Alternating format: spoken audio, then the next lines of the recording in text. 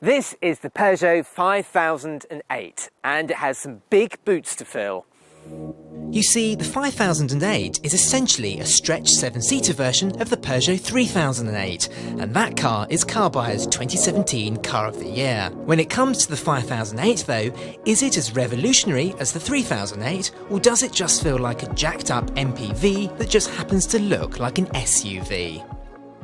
Inside is just like the Peugeot 3008, so it feels just like a concept car in here. I love the way the dashboard wraps round you, and the design details in here are fantastic. Obviously, you've got the new style Peugeot small steering wheel, which looks great, and these piano shortcut keys look really, really good indeed.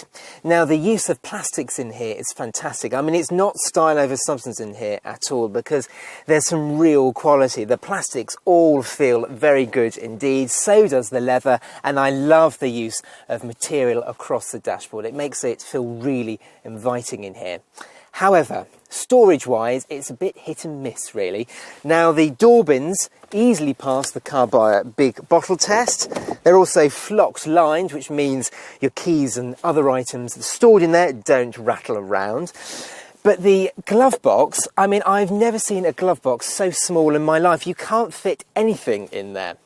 So, where am I going to put the large packet of crisps? Happily, there is a large storage place under the armrest, which is easily large enough for a large packet of crisps, but I can overlook the little problems with storage really, because it's the level of technology and standard equipment on this car that really does amaze me. Now, on some models you can have fragranced air that is pumped through the air vents, and some models also have massaging seats. This car has it, and we've got various massaging functions, including something called cat's paw.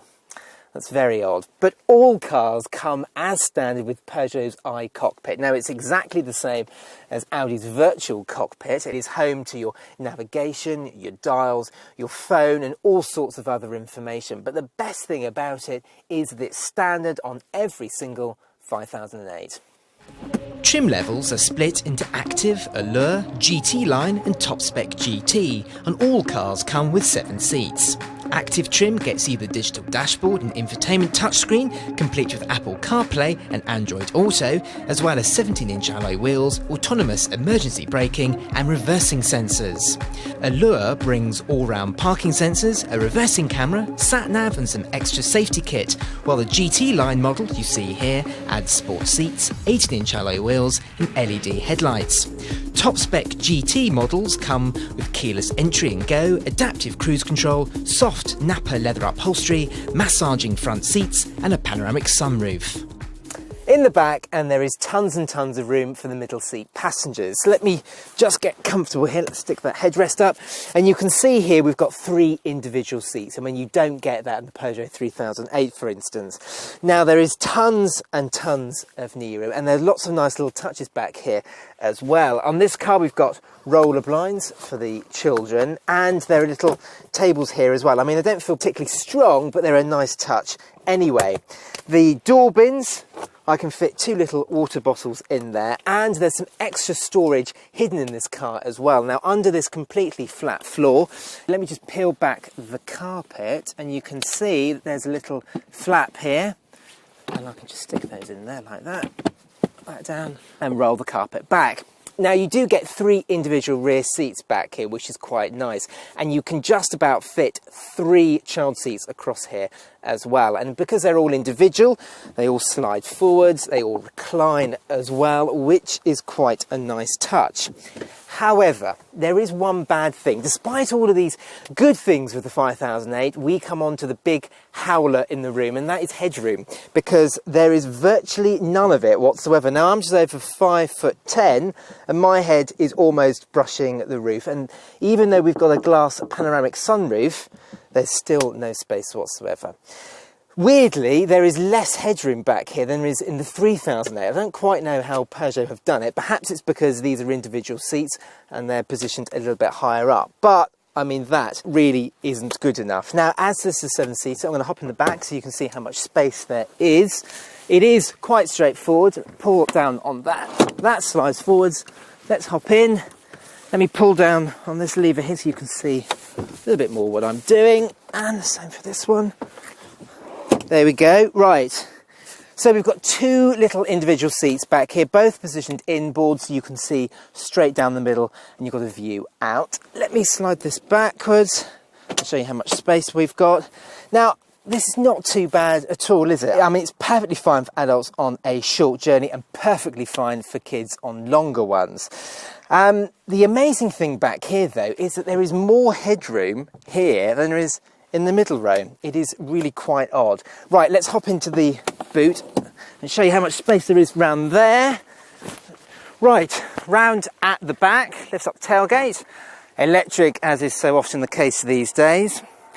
Now, when you're in full 7-seater mode, there's not a huge amount of boot room as you'd expect. I mean, really, there's enough boot room for a small piece of cabin-sized luggage, and that's it, really. Now, you may have noticed, where is the parcel shelf? Well, we've taken the parcel shelf out because we're in full 7-seater mode, but Peugeot has thought of this because, I mean, if you take it out, where do you put it? Well, let me just fold these seats down first of all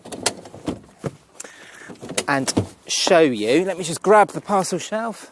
Let's put that in. And here we go. There is a 2 height mode. So there's a lower mode, so that can fit in there like that. Pull these back up. And there we are. That is somewhere to store the parcel shelf. That is quite nice. Right, let me just put those back down again. Take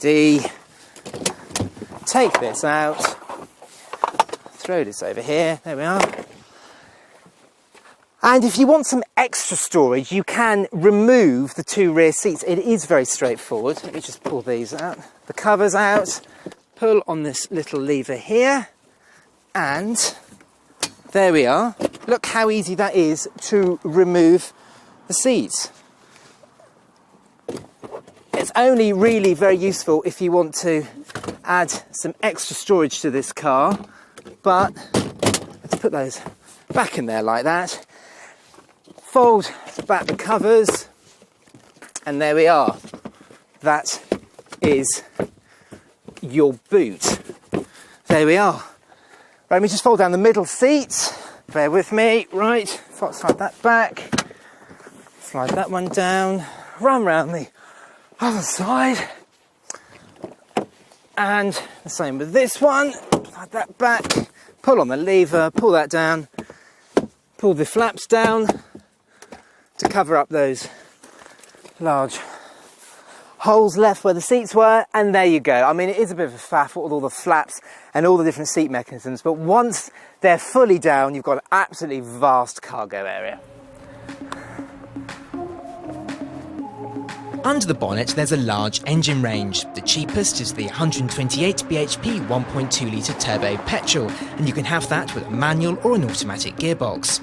There's also a 163 bhp 1.6 litre turbo petrol, which is auto only. The diesel range consists of a manual only 99 bhp 1.6 or 118 bhp 1.6 with manual or automatic gearboxes, which later in 2017 will be replaced by 128 bhp 1.5. There's also a 2 litre diesel with 148 or 178 bhp. Also, there's no 4-wheel drive, although you can spec your 5008 with advanced grip control, which does clever things to the traction control system to help you in slippery conditions. We've got the 1.2 3-cylinder turbocharged petrol engine here, and it's a very decent engine. It's revvy, very punchy, and if you're carrying 2 people or 3 people, it's going to be absolutely fine. However, if you're going to be carrying lots of people, 7 people for example, or a boot full of luggage, I think you're going to have one of the 1.6 petrols or diesels, because this, fully laden, starts to struggle just a little bit. Economy officially stands at between 49 to 55 mpg for the petrol engines and 59 to 69 mpg for the diesels. Obviously, the more power you go for, the less economy you'll see. As for performance, well, 0 to 62 miles an hour ranges from a ponderous 13.6 seconds for the basic 99 bhp to 9.1 seconds for the 178 bhp diesel. Handling wise, well, for the most part, the 5008 is absolutely fine. Now, because it's a little bit bigger than the 3008, it actually rides better than that car. The 3008 tends to hop and skip over bumps, whereas this levels bumps out a little bit more. It's almost on par with a Skoda Kodiaq for outright comfort. However, and this is a big however, because it concerns the small steering wheel. Now, this little wheel is absolutely fine on something small like a 208 or a 308, where it adds to the general fun of the car. But in something like this, it makes the car feel very nervous and restless, especially as the steering is quite sharp. Also, the 5008 does feel like a big car. Up front it feels like a 3008, but look over your shoulder and it feels like a big old MPV. So, should you buy a 5008 if you need a 7-seater SUV? And is it as good as the 3008?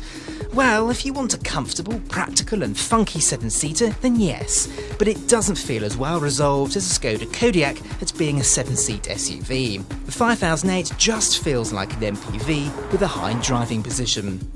If you've enjoyed this video, click here for our review of the Skoda Kodiaq, and don't forget to like this video and subscribe to our channel by pressing the Car Buy logo.